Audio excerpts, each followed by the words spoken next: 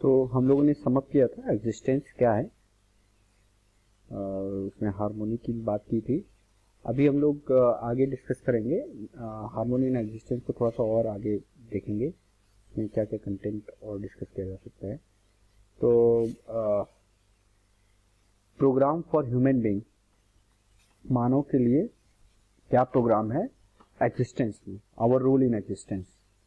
तो ये तो समझा कि एग्जिस्टेंस इज को एग्जिस्टेंस है, इसको समझना। Human being is by virtue of coexistence embedded in coexistence. Statement को जरा ध्यान से देखें। Human being is by virtue of coexistence embedded in coexistence. Coexistence के कारण ही मानव कोएग्जिस्टेंस में है। All the human being needs to do is to understand coexistence and to live in coexistence. Coexistence को समझना और इसमें जीना, यही रोल है मानव का। Human being have two important things to do to understand human being and to live in to understand coexistence and to live in coexistence. तो दो point हैं।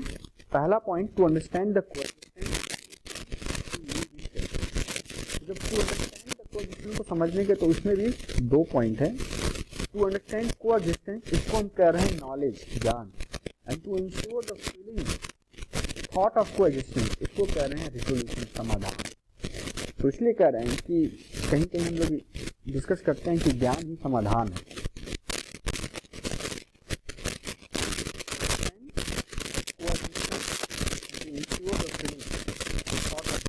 कोएग्जिस्टेंस, तो ये तो बात हो गई हमारी कंडीशन ऑफ कोएग्जिस्टेंस। इसको देखें तो to live in coexistence with human being, मानव के साथ कोएग्जिस्टेंस में जीना, which is nothing but family to world family. इसका जो आउटकम है that is undivided society. Second point इसका जो है to live in coexistence in nature. तो अभी मानव जो है मानव के साथ जी रहा है, उसका तो आउटकम हमको पता है कि अनडिवाइडेड सोसाइटी है। लेकिन जब मानव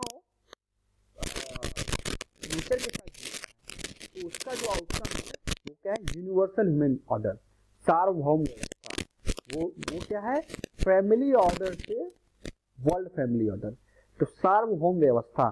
तो देखें जब हम समझने जाते हैं तो वहां पे ज्ञान और समाधान की बात आती है। जब हम जीने जाते हैं तो इसी ज्ञान और समाधान के साथ हम अनडिवाइडेड सोसाइटी और यूनिवर्सल ह्यूमन ऑर्डर की तरफ बढ़ते हैं।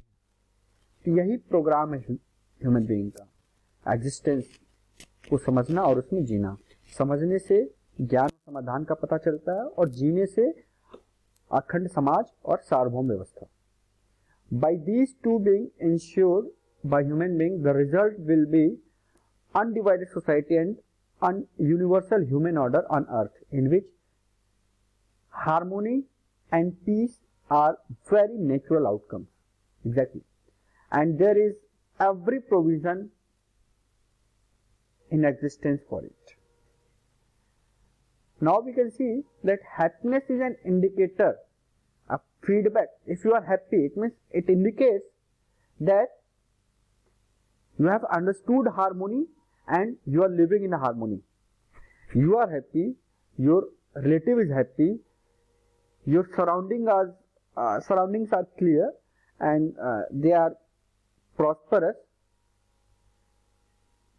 When you are dealing with a human being, you are happy and the other human being is also happy. When you are dealing with the nature, you are being prosperous and nature is also being enriched. In this case, if you are happy, then it is the indicator of that you have understood the harmony and you are living the harmony at all four level of our being. तो happiness का indicator क्या है, या happiness indicator किस चीज का है, तो देखेंगे कि आप चारों लेवल की हार्मोनी को समझ रहे हो और जी रहे हैं। अनहैप्पीनेस किसका इंडिकेटर है, कि आपने चारों लेवल की हार्मोनी को समझा नहीं है और उसमें जी नहीं रहे हैं। Our role is to make the effort to understand harmony and to live in harmony.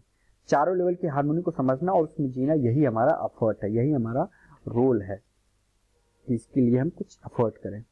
तो this is our role in existence. तो अगर देखें ना तो एग्जिस्टेंस में ये चारों लेवल है, human being, family, society and nature. तो देखेंगे deleted self imagination on the basis of sensation and pre conditioning. तो देखेंगे तो केवल ये नीचे वाला जो B2 पार्ट है, अगर आपका इमेजिनेशन, सेंसेशन और प्री कंडीशनिंग के आधार पर चल रहा है तो B2 पार्ट ही एक्टिव है। जैसे ही आपका इमेजिनेशन,